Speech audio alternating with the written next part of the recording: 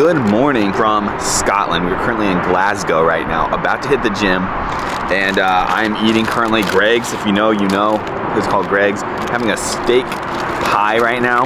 It is literally I don't know, it's like a breaded thing with steak in it because I got to get my protein in. But that's on the menu for breakfast this morning before we hit this workout. I got a good one for you though.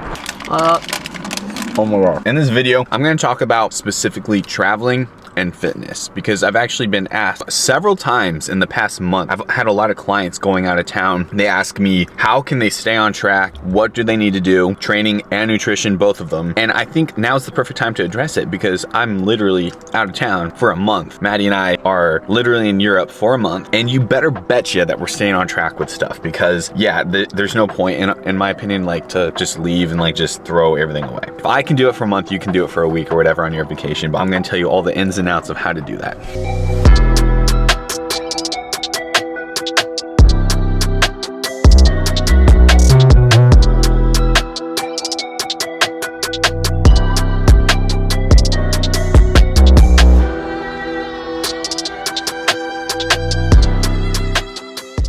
Now this first tip I'm giving you is about training and at the gym. So this might be really obvious, but go to the gym when you're on vacation.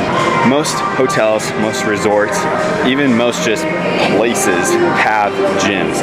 Find the gym, get a day pass. It is very rare where you'll find a gym that doesn't allow day passes. In fact, actually this gym, for whatever reason, this specific location of this gym chain doesn't really do day passes. So they just let us in for free. Twice now. This is the second day we've been here. They let us in for free. So you'll never know unless you try.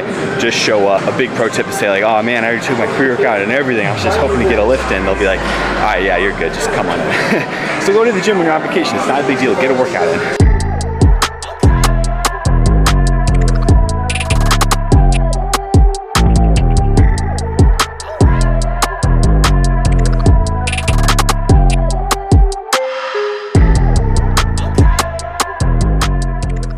Okay, my next tip, guys, when it comes to building muscle slash maintaining muscle, there is a difference, and it all has to do with your volume. So I think a common misconception is that if you don't go to the gym for a week, even 2 weeks, that you're gonna lose muscle.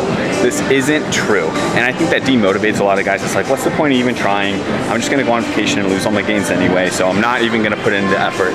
But maintaining muscle is really easy. Essentially, there's an amount of volume that you need to maintain your muscle mass. This is different for every muscle group and every person, but I'll just go ahead and spitball a number for you. It's probably somewhere around 5, maybe 6 working sets per muscle group per week.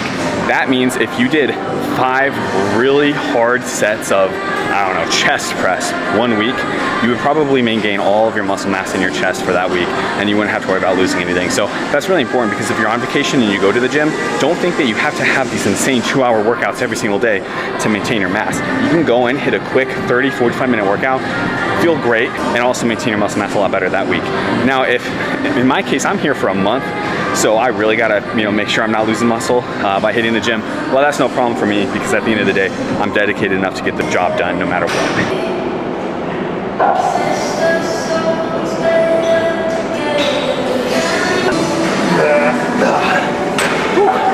Okay, mini pro tip. This isn't gonna be one of the main tips, but just an extra bonus one.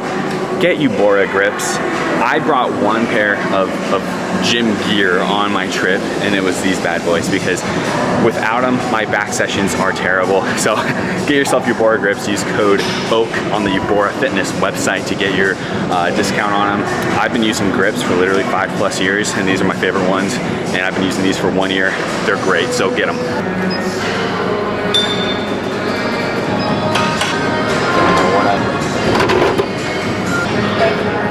There you have 48 grams of protein. 50 after exercise. All right, that's the perfect segue, because the rest of the video now that we finished talking about the training side of things, we're gonna talk about the nutrition side of things, which is, I think, the hardest part, I admit. But we're gonna talk about how to travel successfully, be on vacation, whatever it is, and deal with your nutrition and not let up on the gas pedal and ruin your goals. So let's do this.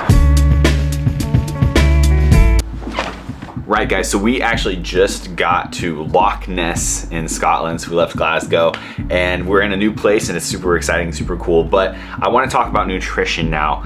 And now is really the perfect time because, I mean, especially this entire trip that we've been on, but right now we're in a small place. Loch Ness in this town we're in called Fort Augustus is not a place where they have their macros on the menu. So going into a place like this and going into a lot of vacation situations, you're going in a little bit blind when it comes to your macros.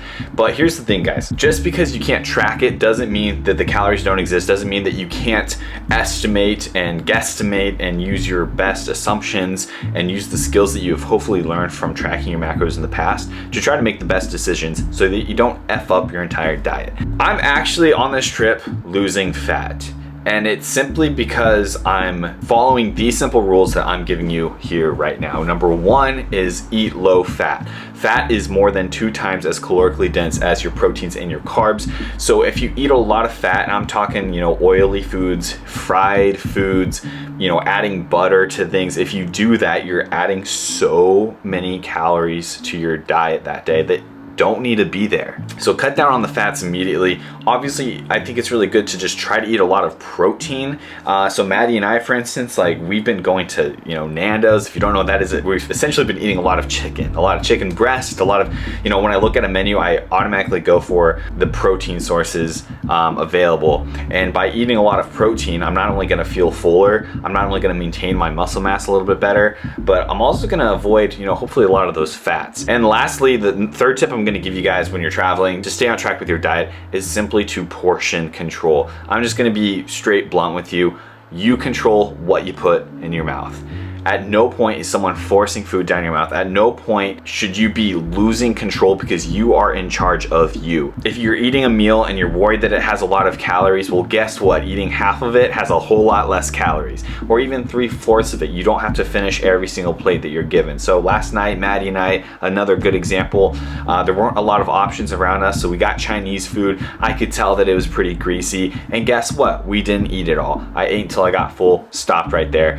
We ended up throwing a lot of it away, and guess what? That is okay. But my goal on this trip is to, you know, either stay where I'm at or even get leaner. I'm not gonna put on weight this trip. I've decided I'm here for a month, guys, but I'm not gonna let that happen, and neither should you on your trip. So anyway, that's the best tips I got for you when you're out traveling. An ounce of discipline and effort can go a really long way, all right? Just remember that. Stay devoted and committed to your goals. And guys, if this video has helped you or inspired you in any sort of way, make sure to hit that like up, subscribe if you haven't. We'll see you in the next one. Peace out.